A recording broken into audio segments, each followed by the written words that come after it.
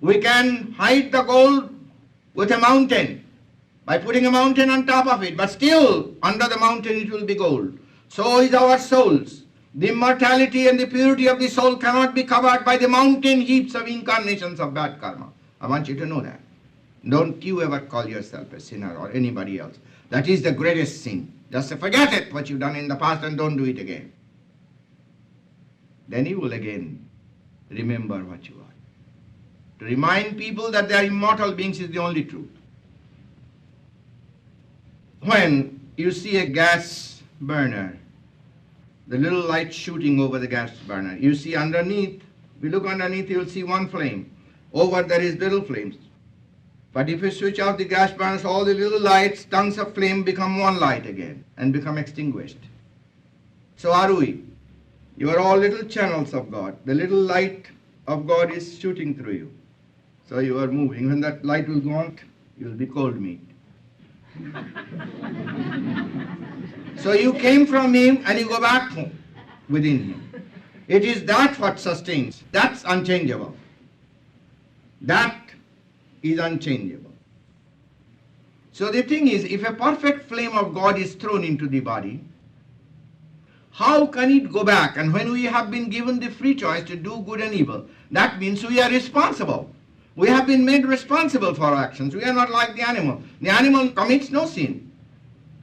It commits no sexual sin, it commits no murder, nothing at all, because nature works with them. All the animals are immoral. They are murderers, murdering each other, eating each other, but they don't pay for their karma. But they have no freedom to get out unless the Lord frees them. Unless their souls are put into human bodies, they cannot be free. But we have free choice. In one sense, though it is one life, one thing is most outstanding when you observe human beings. The difference.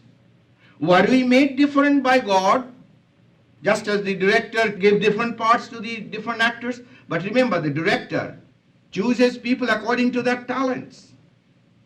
So God chooses people according to our talents, how we use our free choice. And according to that, our parts are given in this world. And yet, why is it there is inequalities in life? Certain moods, certain deficiencies of the mind, certain qualities keep pouring forth from unknown quarters. Now this man that killed the little girl, he said, I couldn't help it. I had to do it.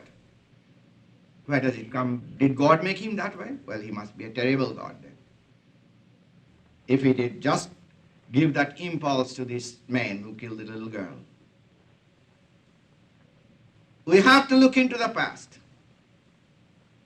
That our evil tendencies, violent evil tendencies, do not come as a result fixed by God in this life, but as a result of our bad habits of the past. There cannot be any other reason. Otherwise, absolutely it doesn't make sense why somebody is made sweet temper and somebody is like a hyena or like a tiger, ready to jump on you the minute you talk. Somebody is born with silver spoon in the mouth and somebody is struggling all the time and has no money. Somebody has indigestion and plenty of money. He can't eat enough, and somebody is hungry. He has better metabolism and can eat lots, but he has no money to buy food. This show has to be different. But these are the results of man's own doing. That sometimes, somewhere, we misuse our God-given freedom. Suppose you are born calm, and every day you become irritable, until you become so irritable that everybody shuns you. Every day's irritability makes you a full-fledged irritable person. So are those that are sick with anger, lust, desire. Those that are sex fiends, they should be put away somewhere. They should be allowed a chance to get well. So, if you have these terrible tendencies, remember, it was your own making from the past. You have to undo them, undo those evil habits, Otherwise you are not fit to go to heaven.